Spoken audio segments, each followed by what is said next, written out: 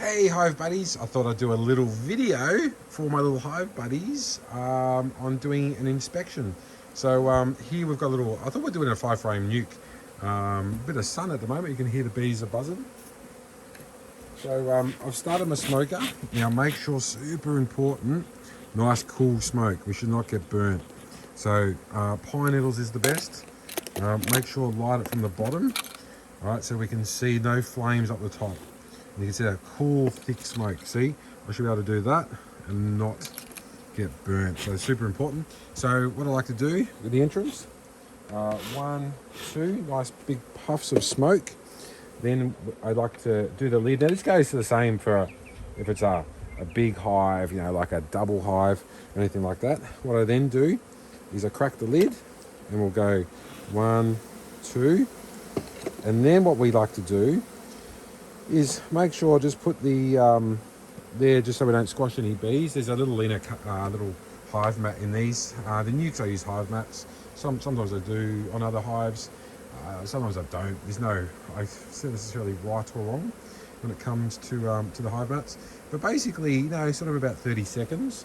Allow that smoke to work. Sometimes people are too quick to open up the hive. So there we go. We can see that's actually kind of funny. There's a dead drone, drone bees died. These are actually hive mats. Actually, these are good. You can see that there.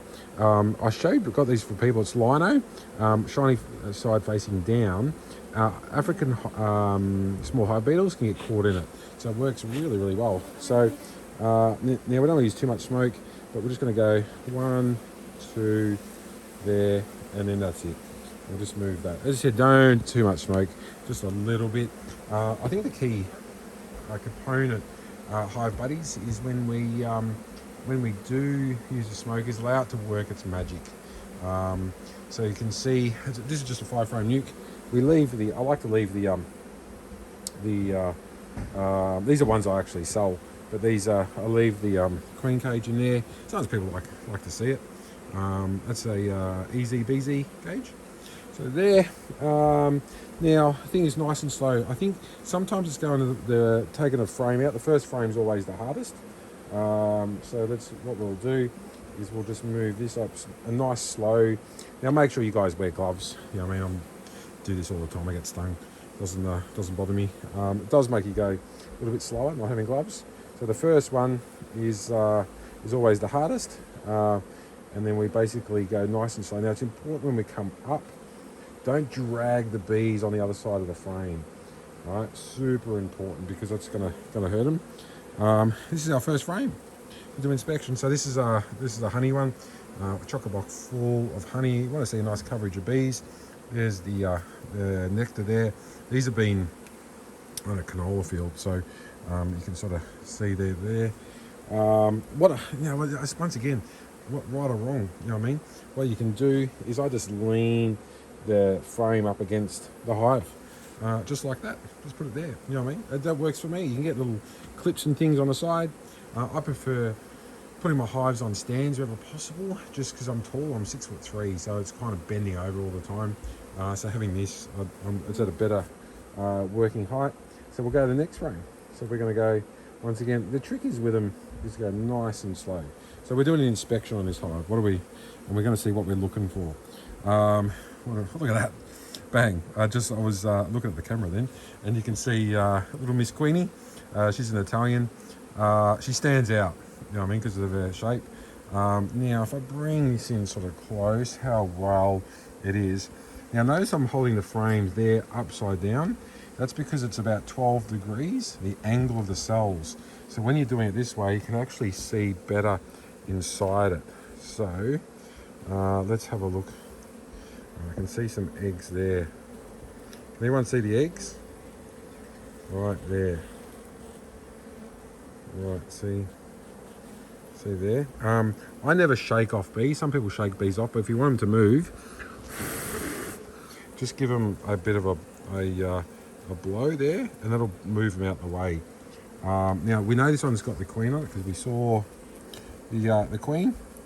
She's nice big fat abdomen, that one, isn't she? So we're going to be super careful with this one. So we'll put this one to the side there. Now we know, obviously, we found it. That was pretty. I'm not always that quick finding the queen, but now what we want to see, we're looking. There's wet larvae, so you can see all. That's what I call wet larvae. It hasn't been capped, so we're looking there. We're going to see a little bit of brood in a second. I think on the next frame. So this is looking good. Nice coverage of bees. When we're looking for any diseases, I suppose we're looking.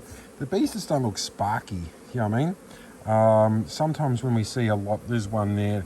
They haven't finished capping the cell. So if you see AFB's got a lot of that chewed cell. So so that's when we're looking for any diseases. But the bees are shiny. They've got spunk about them.